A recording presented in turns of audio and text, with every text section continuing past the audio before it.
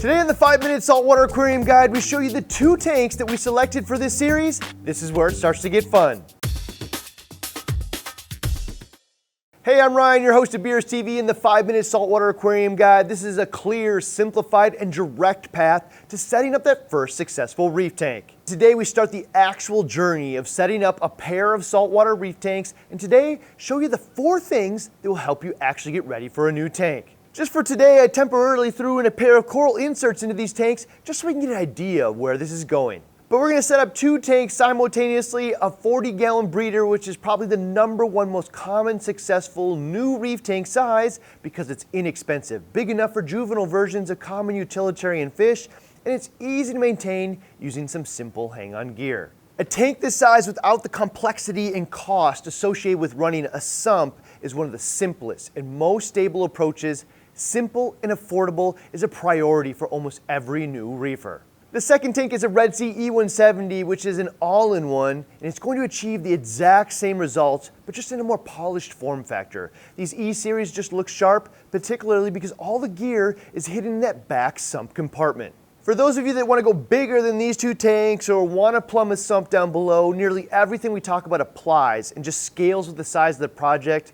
We're going to cover everything that you need to know, not just to get these 2 tank styles up and running, but that recipe and technique that ensures a year from now you're successful and happy with the results of your efforts. So starting with the first consideration, where does a tank go? Reasonably sized tanks like these can go almost anywhere in most homes, but I'll give you these tips. Keep it out of direct sunlight, so avoid algae issues. Don't put it anywhere doors can swing into it. And we need an outlet near the tank, preferably an electrical outlet that doesn't have a lot of other high power equipment on it. And most important, put it somewhere where you can enjoy it, like near where you eat, relax, or work. Kitchens, living rooms, well-used offices, or rec rooms are awesome locations. That's probably the most important thing that you'll hear today. The tank is going to be the coolest thing in your entire house, something that almost no one that comes to your house has ever seen before.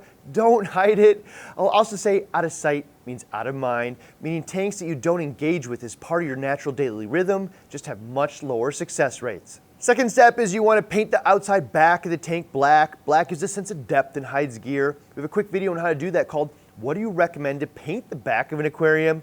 if you want some tips. But we use Rust-Oleum black enamel paint and roll it on with a lint-free smooth surface roller, cheap and easy. With the E-Series 170, the back is already black, so you won't have to worry about that step. Next, you're going to want to put the tank on your selected stand and level it. Most tanks offer some type of stand designed for them. You're going to want to use one that has an actual cabinet so you can hide some of your gear. The E170 comes with its own cabinet, but in either case, just put the tank in place and then check level. I'd actually recommend filling with tap water and checking the level because the added weight will compact things and give the best results. Most homes or office are pretty level, but if it isn't level, I just recommend some shims from a hardware store. Slide them or pound them in and check again. When you get it right, bend them off and snap off the extra. It's probably wise to fill in the gaps with additional shims to distribute the weight. It takes 5 to 10 minutes to get it right.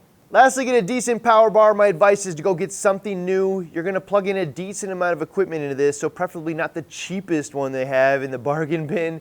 Just something decent with a good amount of outlets. Even better if the outlets are spaced in a manner which allows you to use wall warts and not cover other outlets. We also want to mount the power bar high within the stand in a location where it won't get water on it. With the E170 here, it comes with a power center with outlets and individual on-off switches for the gear, so you can skip some of that process. So we selected our 2 tanks, they're in place, level, and they have power. The next obvious question is rock and sand. The entire 5-Minute Guide playlist is always available here, but if you want to know how to handle rock and sand in a brand new reef tank, that's up next. Click this link to see the next progression of these 2 tanks.